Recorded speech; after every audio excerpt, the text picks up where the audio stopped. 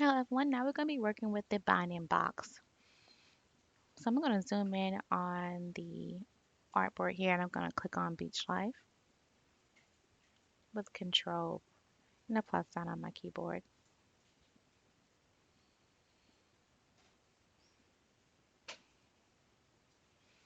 And as you can see, it's a binding box around the text. So with the binding box, you can just resize and rotate any object that you select using the selection tool.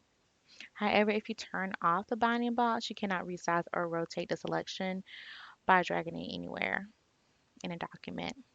It makes it easier to have it on so you can drag and snap the content within the document. And I'm just going to show you how to turn it off and turn it on, just in case you don't need it on. First, I'm going to show you how you can rotate and expand. So you can just click on one of the anchor point and drag it and resize it however you want. And then you can go to the edge of the anchor points and rotate it. And again, you can always hold shift to constrain to that 45-degree. And to hide the binding box, you just go up to view and go down to hide the binding box. And that's what it looks like when you hide it. Probably can see a little bit better here in the gray area or the canvas. And just note that when you do this again, you cannot rotate it or expand the objects that you have removed the binding box from. And to have it selected again, you just go up to view and you'll click on show binding box. Okay, now I'm going to show you how to scale your objects more precisely. So I'm going to do that by taking the beech tree here. I'm going to move it down here on the canvas area so we can see a little bit better. I'm going to zoom in here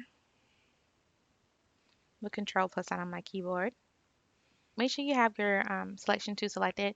Then we're going to go over to the properties panel and we're going to transform this. And hiding the edges will also make it easier for you to see the stroke and the weight and the change of the artwork. With that selected, we're going to go ahead back to the properties panel on the transform. And we're going to go to the point of reference and make sure it's in the center. And then we're going to change the width to 40%. Don't forget that this measurements converts for you by itself, so you don't have to do any kind of converting.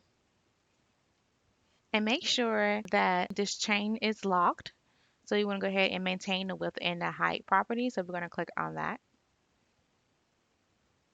And as you can see, it transformed the shape down to 40% of its size. And because we clicked on the chain to maintain their properties for both the width and the height, it changed both of them to 40%. Now you can always go to edit undo to undo this process. Then we're going to go into the more options tool right here in the properties panel. Then you should click on the scale the strokes and effects. And then we're going to go back up to the width and we're going to enter 40% for the value. And what that does is scale all the strokes and the effects on the object as well.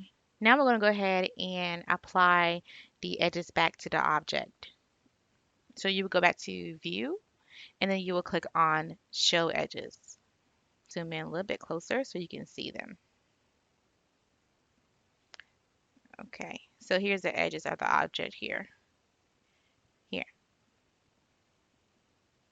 Okay, now I'm going to show you how to use the rotate tool because normally what we do when we rotate objects, we just click on it with a selection tool and go to the anchor points and then we just rotate it using the binding box. So what we're going to do is actually use the rotate tool to rotate the objects today. So we're going to go in our tools panel and then we're going to click on the rotate tool, which is right here.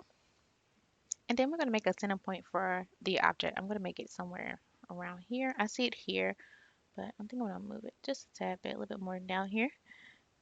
And then we're going to click and drag and move it to the right. Okay, now I'm going to show you how to scale more than one object at a time using the transform each option. So what I'm going to do is go ahead and ungroup this image. And we're going to click on the horizon here. I'm going to click on like the first three. click and I'm going to click shift on them. And then I'm going to go up to object and transform and then down to transform each. So what this is going to do is transform the sun here into different sizes without actually moving them out of the place. So now we're just going to scale it 100% here. Now I'm going to scale it at 70% or maybe 80% actually. And again, you can always hit the chain key to constrain both the width and the height proportions.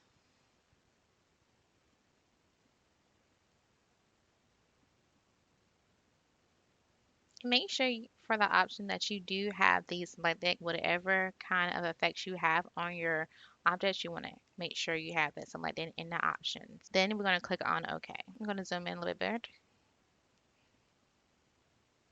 As you can see, it did transform parts of the sun or the horizon of the sun here without moving out of place. And the reason why the background here is not scaled is because I didn't select. Okay, now I'm going to show you how to shear objects. So I'm going to zoom in here to the van towards the windows. Click Control and the plus sign on my keyboard.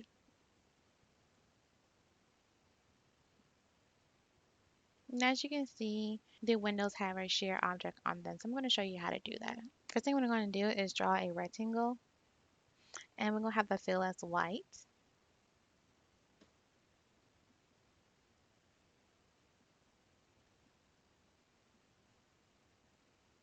Okay, I'm just going to rotate this using the selection tool. Okay, and now I am going to make sure that the stroke is set to 0. We don't need a stroke. Now we're going to go ahead and select the shears tool in our toolbar. So it should be under the rotate tool. So right click on here and click on the shears right here. I'm going to zoom in just a tad bit more. Control and the plus sign on my keyboard. We can hold shift to constrain the object to 45 degrees. And we're just going to move it this way to the left.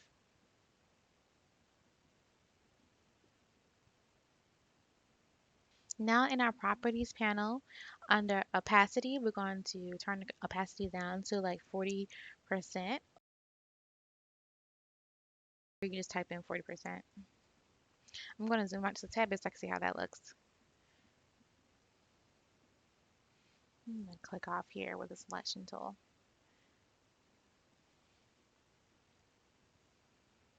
Looks pretty good. I'm going to zoom back in here.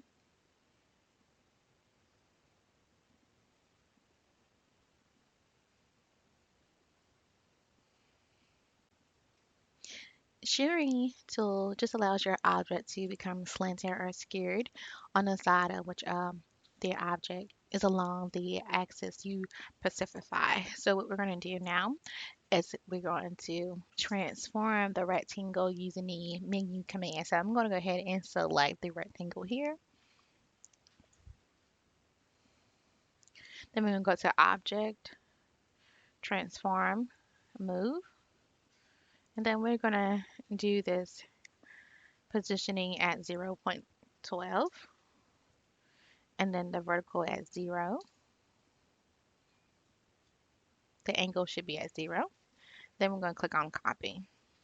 Okay, this just copies the slanted rectangle for us. Now we're going to go ahead and move this over and double click here to enter in isolation mode. And then we're going to zoom in by Control plus sign on our keyboard. Then with direct selection tool, we're going to click on the right anchor points here. And then we're going to shift and click on the bottom right anchor. Now on our keyboard, we're going to press the left key. And this is going to make the slanted rectangle go inward to the left.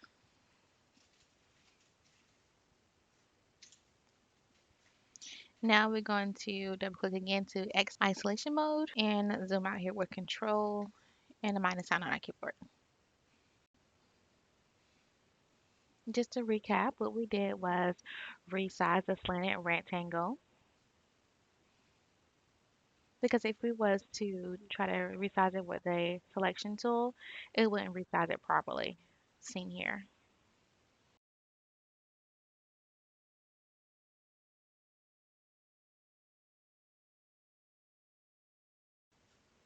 Okay, now I'm going to show you how you can transform an object using the free transform tool. So what we're going to do is go up to Windows, Toolbars, and go to Event. Now we're going to click on the free transform tool, just right here. Now, so here you can always transform your object any way you like it here. You can use the free distort tool. You can use the perspective distort. So I'm going to use the free one right now. So when you click on it, it will always, you will see those like 4 arrows there where you can distort it however you want to. And you can click on the perspective distort.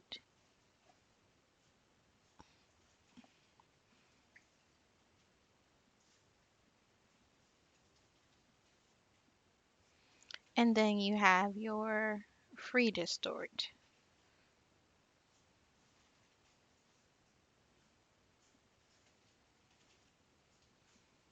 And if you want to use a free transform tools, especially with the perspective one, I would recommend you would go to your guide. So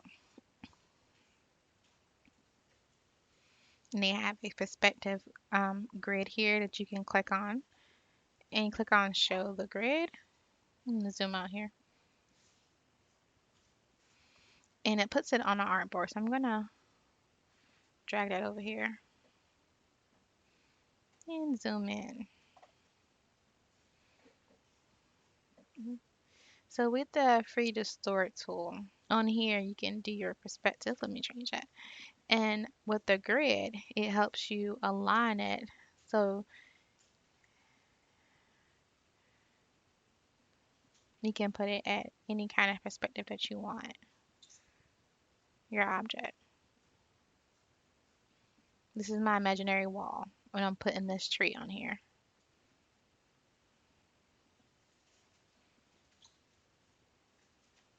And I'm going to switch out to the free distort one just so I can get it better on here.